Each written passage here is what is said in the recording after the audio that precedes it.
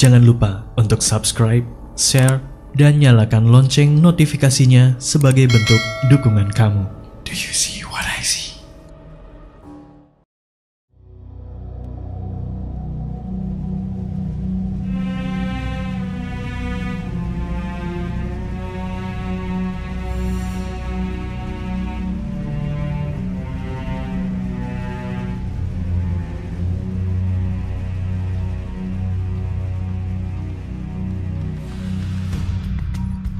Assalamualaikum warahmatullahi wabarakatuh.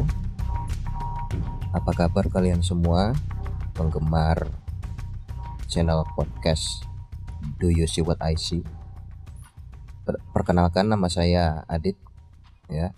Di sini saya akan menceritakan pengalaman horor yang dialami om saya.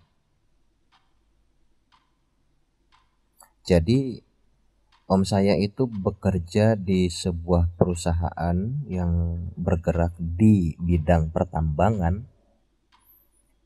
Saya samarkan aja nama perusahaannya itu, saya kasih inisialnya aja PTG namanya. Kantor pusatnya itu ada di daerah Setiabudi, Bandung. Kejadian ini terjadi sekitar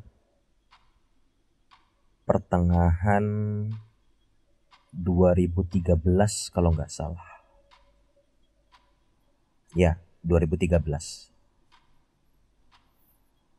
Jadi suatu malam ketika saya lagi santai di kosan, waktu itu kosan saya itu berlokasi di Sekeloa ya, Sekeloa Bandung, pasti tahulah, anak Unpad pasti tahu, anak Unikom pasti tahu.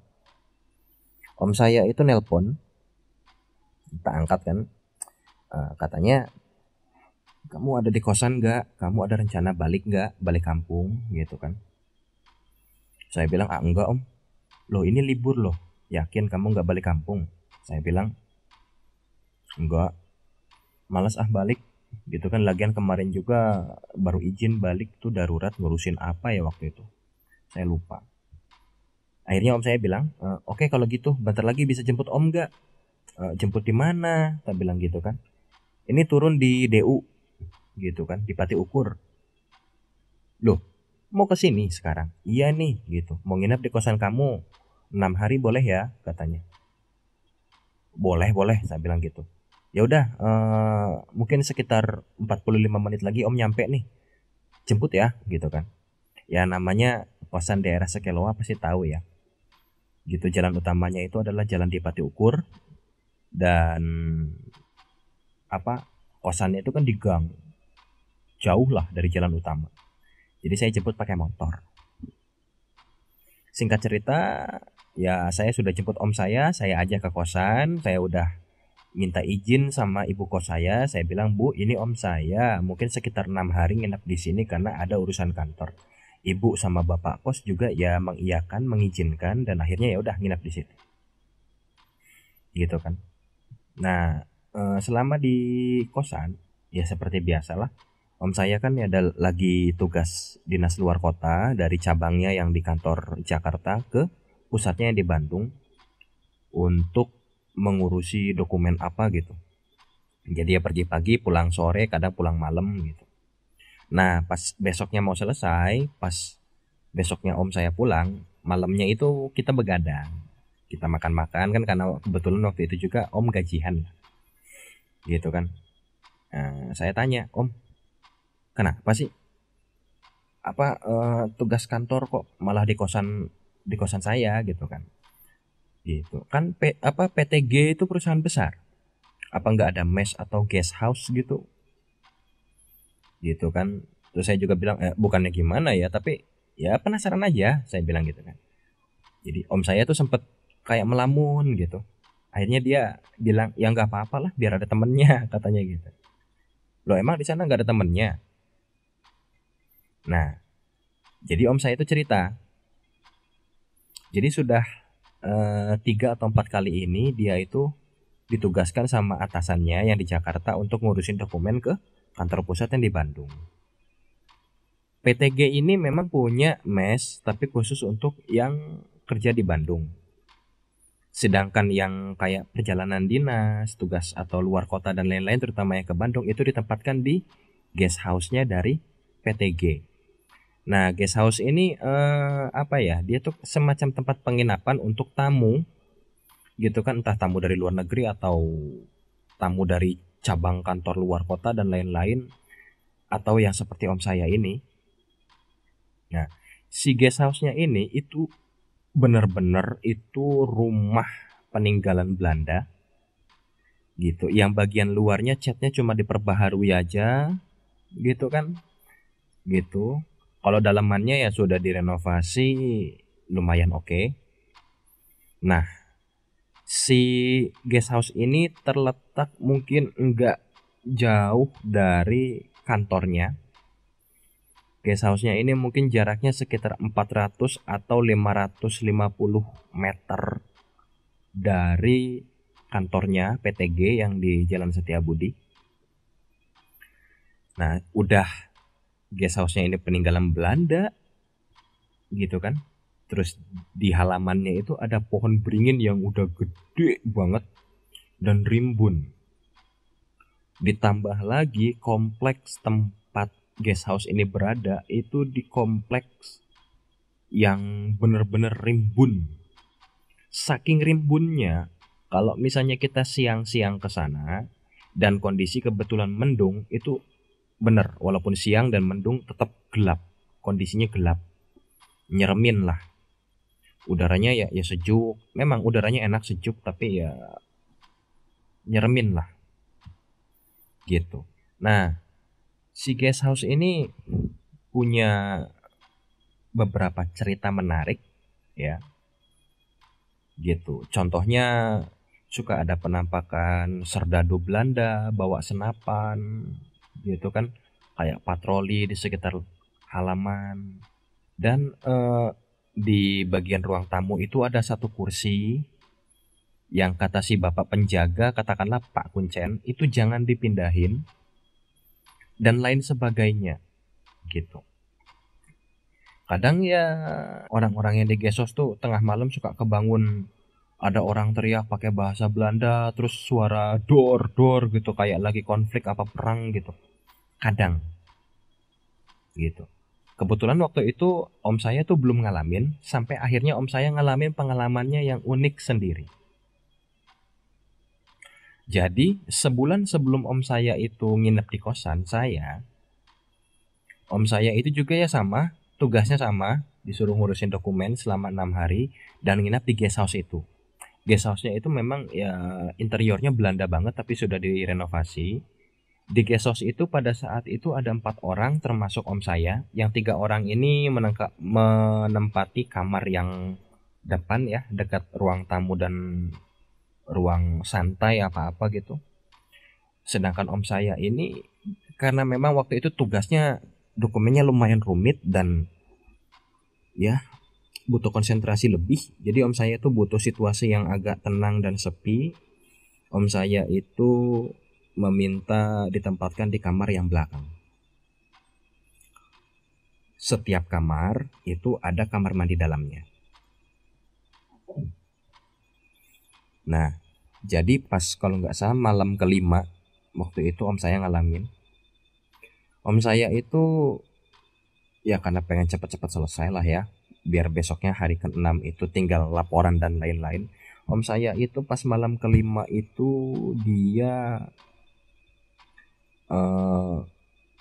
nggak tidur sampai sekitar jam 1:15 malam atau dini hari gitu.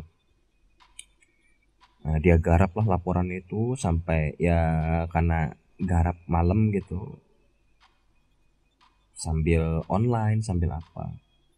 Akhirnya selesailah laporannya, dokumennya. Om saya udah senyum-senyum seneng kan, wah ini kalau kayak gini katanya ya gitu, ini besok sore bisa balik Jakarta lagi nih, balik ke kantornya di Jakarta, dan minggu depannya rencananya mau mudik gitu. Sudah selesai akhirnya ya ditutuplah laptopnya, terus om saya ya cuci muka biar seger dan gimana gitu, tidur gitu. Pas tidur itu om saya mematikan semua lampu, terutama lampu kamar ya, lampu kamar. Tapi lampu kamar mandi, lampu toilet itu enggak dimatikan. Lampu toiletnya itu warnanya kuning, kuning remang-remang gitu. Nah, si pintu toilet ini kalau dia, walaupun dia nggak dikunci ya, gitu, dia kalau ditutup gitu doang, dia nggak bisa tertutup gitu, dia pasti akan terbuka sedikit, gitu. Posisi tempat tidur, ranjang, itu melintang persis di depan kamar mandi, di depan pintu kamar mandi. Om saya tidur lah, gitu. Terus tahu-tahu ada suara kayak benda jatuh gitu. Om saya bangun, sempat sesek, gitu kan, nggak bisa gerak, keringat dingin, gitu kan, mata cuma bukanya setengah apa seperempat, gitu. Nah, pengalaman ini biasa disebut kalau orang Sunda namanya erep-erep alias tindihan. Akhirnya om saya berusaha menggerakkan badan sampai akhirnya om saya terbangun dan bisa bergerak, napas bisa sampai lega, terbangun duduk, badannya basah keringat dingin. Waduh, jam berapa ini, gitu kan. Dia lihat di HP-nya, jam menunjukkan jam 2. Wah, om saya mikir ini aku tidur belum ada 2 jam ini, gitu kan. Terus ya sudahlah, karena om saya kira aman gitu. Akhirnya ya udah, pas mau lanjut tidur ya kebelet, gitu kan. Nah, tanpa menghidupkan lampu kamar gitu, dan dengan lampu toilet yang masih menyala kuning keluar tersorot keluar dari celah pintu itu, om saya itu bangkit dari tempat tidur, berjalan pelan-pelan menuju ke toilet. Dia buka toilet itu, dia kunci, terus dia buang air kecil. Setelah selesai, gitu, om saya itu keluar. Pas begitu keluar dari toilet, om saya itu nyium kayak bau-bau melati, bau-bau kembang-kembang gitu. Tapi om saya ya karena pengen tidur lagi, nggak ambil pusing, akhirnya om saya tuh tidur lagi. Jadi posisinya kali ini posisinya itu menyamping, menghadap ke arah pintu toilet, gitu kan. Om saya menjemin mata, mencoba untuk tidur tapi nggak bisa. Nah, yang bikin om saya nggak bisa tidur ini apa? Bau kembang itu semakin menyengat gitu. Apa ini, om saya mikir gitu kan. Tahu-tahu cahaya, jadi kalau kita merem, kalau muka kita kena cahaya pas kita merem atau memejamkan mata, pasti kan kerasa lah ya terang, gitu kan. Om saya mikir apa ini semakin terang, gitu kan. Terus suara pintu kamar mandi ini agak berderit ya, gitu. Jadi kalau dibuka tuh ada kayak suara ngek gitu. Itu suaranya itu terdengar panjang gitu, sampai om saya akhirnya merinding, gitu. Pelan-pelan om saya dia kayak ngintip gitu, kayak ngebuka matanya sedikit, ngintip apa sih yang terjadi, gitu kan.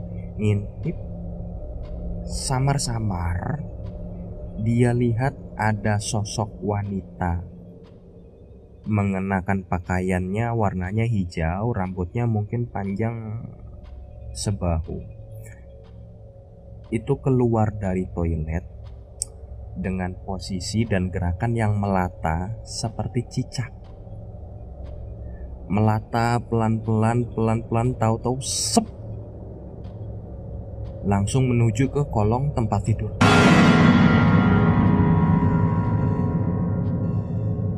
Om saya seketika langsung astagfirullahaladzim, beristighfar. Seketika langsung dengan refleksnya terduduk bangun, melotot ngelihat ke arah pintu toilet yang sekarang ternyata sudah terbuka agak lebar.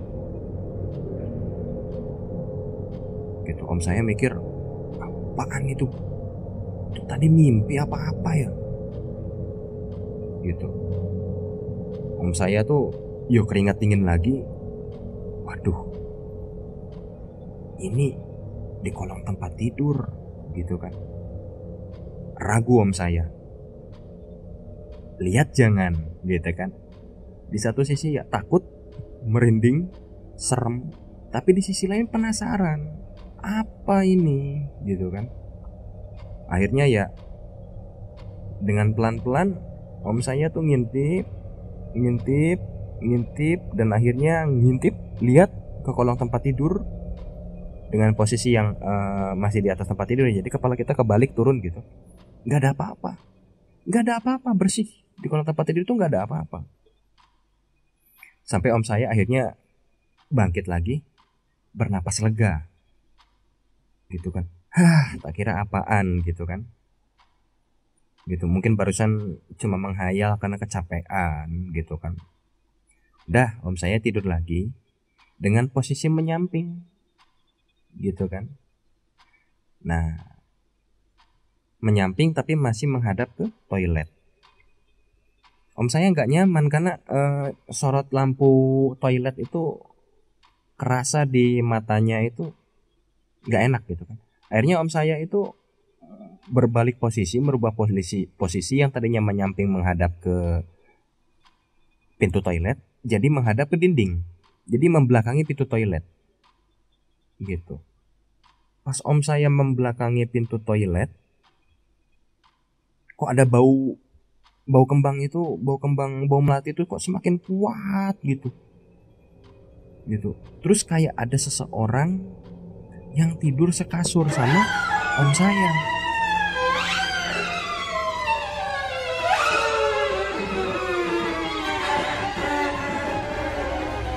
Gitu kan. Di situ om saya cerita, waduh, keringat dingin itu ngucurnya udah kayak abis lari keliling lapangan bola gede puluhan kali, jantung deg-degan, napas ngos-ngosan, udah gemeter. Seketika om saya tahu ini yang akan terjadi pasti buruk. Akhirnya dengan pelan-pelan om saya buka mata dan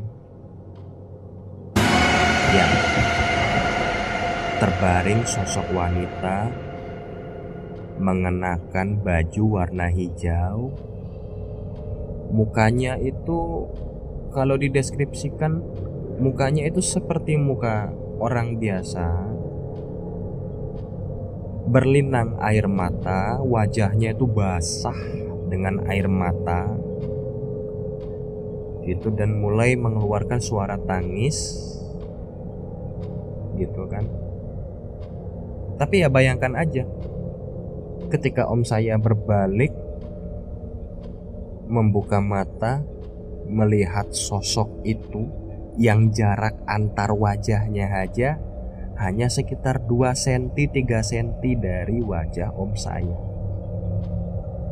Seketika om saya menjerit istighfar sejadi-jadinya, astagfirullahaladzim, menjerit tolong, dan ya semuanya gelap gitu. Keesokan pagi mungkin sekitar jam 8, om saya itu dibangunin sama tetangganya, salah satu orang yang menghuni guest house tapi di kamar depan gitu. Dibangunin gitu kan, katanya, Din bangun. Om saya langsung bangun, terduduk, masih istighfar terus gitu kan. Terus di situ juga ada si bapak kuncen. Nah, si tetangga kamar om saya ini nanya, semalam kamu kenapa jerit-jerit, kenapa gitu. akhirnya ya dia ceritalah apa yang terjadi, gitu kan. Om saya cerita apa yang terjadi. Jadi pas malamnya itu om saya sempat cerit-cerit, pintunya tuh nggak bisa dibuka. Jadi salah satu tetangga kamarnya itu mendengar si om saya ini menjerit, segera menghampiri kamar tempat om saya tidur, tapi pintunya nggak bisa dibuka karena terkunci. Padahal si om saya ini ingat sebelum tidur pintunya nggak dikunci. Jadi entahlah itu om saya jerit-jerit sampai lemes dan pingsan, ya kurang tahu. Pokoknya sadar-sadar sudah seperti itu. Terus sama si bapak kunciannya ini, nih, Jang, diinum caina, tenang ya, mada doa-doa. Itu bahasa Sunda artinya, ini nih, ini minum air ini, tenang, ini doa-doa, udah didoain gitu. Habisin ya. Om saya minum sampai habis dan akhirnya tenang menceritakan itu. Nah, si bapak guest house ini, si bapak kuncian penjaga guest house ini bilang, oh, eta mah si enengnya. Geus we lah, besok mah kamu tidur jeung si itu we di kamar depan. Gitu kan. Atau ya maksudnya nanti malam gitu kan. Itu artinya oh, itu si eneng itu lagi gitu kan. Ya sudah, besok atau nanti malam kamu tidur aja sama temanmu ini di kamar depan. Akhirnya om saya ya mengiyakan.